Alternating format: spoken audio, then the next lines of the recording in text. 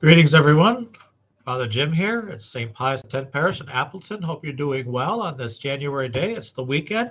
Today is Saturday, and it is the 20th day of January. Today, I'm just going to be reading from our gospel, and that's actually a very short gospel, just a couple of verses. Mark chapter 3, verses 20 and 21. And Jesus came with his disciples into the house. Again, the crowd gathered, making it impossible for them even to eat. When his relatives heard this, they set out to seize him, for they said, "He is out of his mind." Well, as I said, the gospel passage is only 2 verses, and yet it tells us so much in just those few words.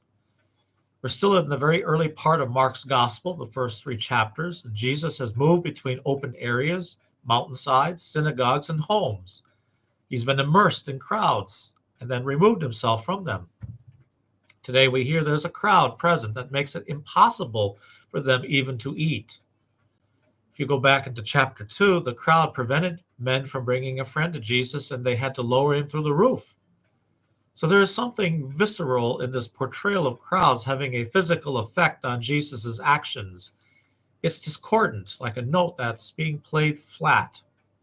Certainly in some passages, the crowds turn on Jesus, but that does not seem to be the case here. Just a few verses earlier, Jesus had cured many, and as a result, people were pressing upon him to touch him.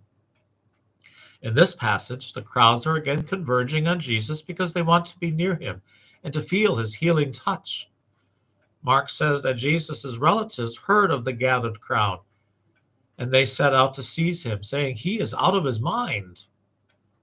The irony here is that Jesus came so that we and they, the crowd and all people, might eat of the bread of life.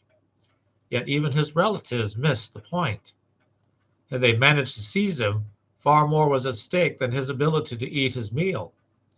Jesus was accomplishing the Father's work, and it was like nothing the crowds or his relatives had ever seen or understood.